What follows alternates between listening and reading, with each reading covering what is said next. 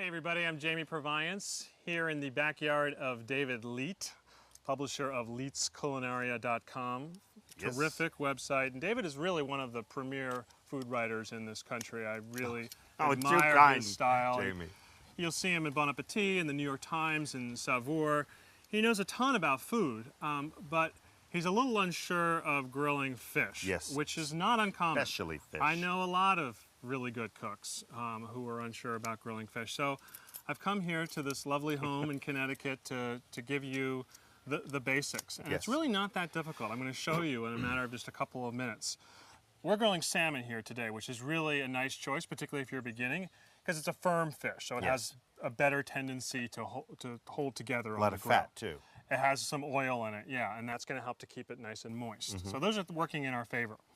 The other things that are really important relate to the grill. So let me show you here. I've got the grill preheating, all right? It's up around, it's over 500 degrees now, which is great. Isn't that hot for fish, though?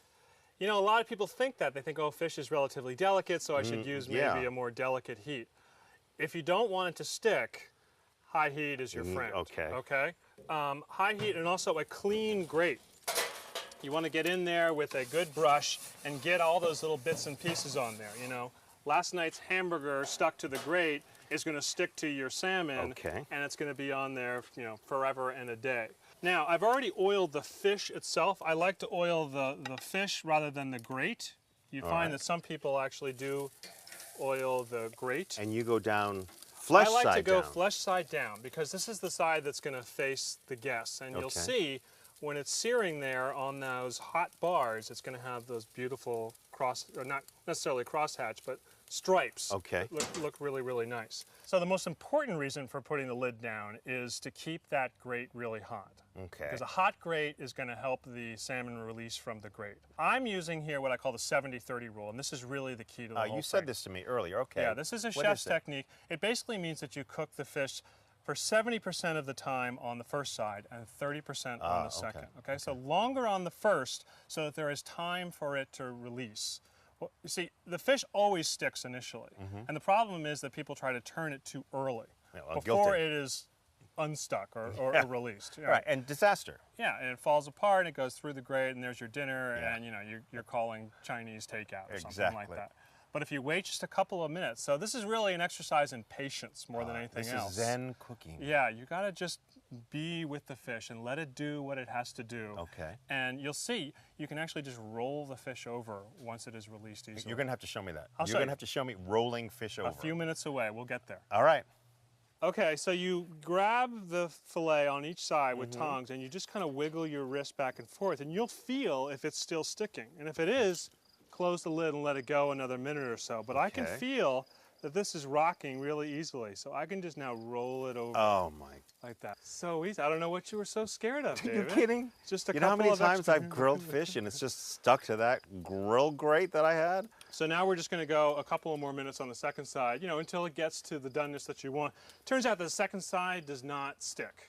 Okay, it has already begun to cook because of the heat reflecting off of the lid. Right. And it just never is a problem. Interesting. So we'll just let it go till it's done, and then we're done. Great. What I want to do now is show you a little technique for getting it off of the grill without the skin. Yeah, I'm going to just put my spatula between the skin and the flesh. Right. I'm going to hold it steady and just slide the spatula right over the skin. Genius. Okay?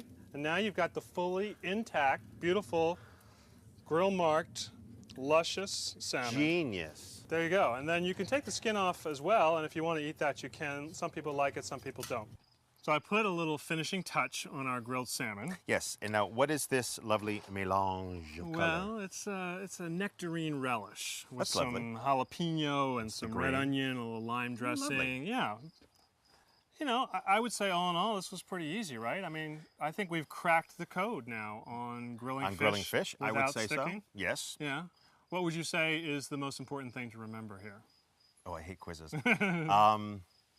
The 70-30 rule. That's great. Yeah. Hot grill. A hot grill, a clean grill. Clean grill, and patience, patience, patience. It's the Zen of cooking. Yes. You must wait. You must wait. Be one with the fish. Be one with the fish. Let it release.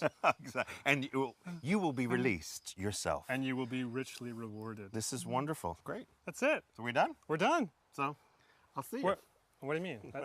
Hey, David. I'm hungry. David. I'm sorry. Hey, David.